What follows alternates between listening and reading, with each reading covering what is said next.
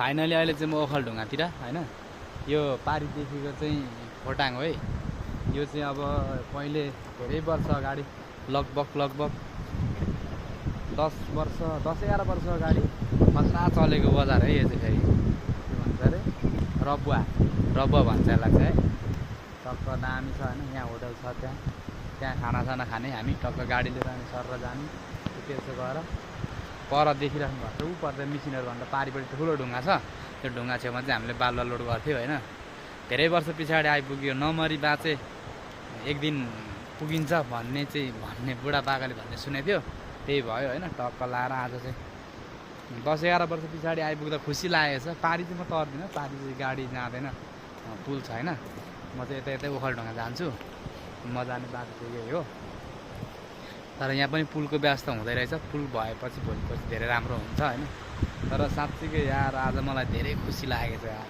कति वर्ष पछाडि यो ठाउँ फेरि फर्केर हेर्न आइयो होइन, देखियो फेरि धेरै वर्ष पछाडि, खुसी लागेछ। ल त्यति भन्दै अहिलेको भिडियो चाहिँ यहीँ म बन्द गर्दैछु गाइज।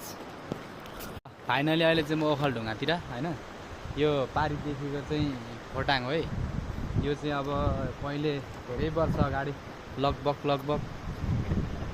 10-11 वर्ष अगाडि खतरा चलेको बजार है। यो चाहिँ फेरि के भन्छ अरे रबुवा भन्छ यसलाई चाहिँ है।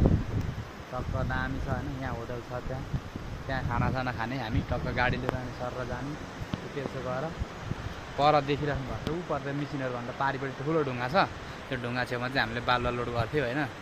धेरै वर्ष पछाडि आइपुग्यो, नमरी बाँचे एक दिन पुगिन्छ भन्ने बुढापाकाले भन्ने सुनेको थियो, त्यही भयो होइन। टक्क लाएर आज चाहिँ 10-11 वर्ष पछाडि आइपुग्दा खुसी लागेको छ। पारी चाहिँ म तर्दिनँ, पारी चाहिँ गाडी जाँदैन, पुल छ होइन। म चाहिँ यतै ओखलढुङ्गा जान्छु, म जाने बाटो चाहिँ यही हो। तर यहाँ पनि पुलको व्यवस्था हुँदै रहेछ। पुल भएपछि भोलिपछि धेरै राम्रो हुन्छ होइन। तर साँच्चीकै यार आज मलाई धेरै खुसी लागेको छ यार। कति वर्ष पछाडि यो ठाउँ फेरि फर्केर हेर्न आइयो होइन, देखियो फेरि धेरै वर्ष पछाडि, खुसी लागेछ। ल त्यति भन्दै अहिलेको भिडियो चाहिँ यहीँ म बन्द गर्दैछु गाइज।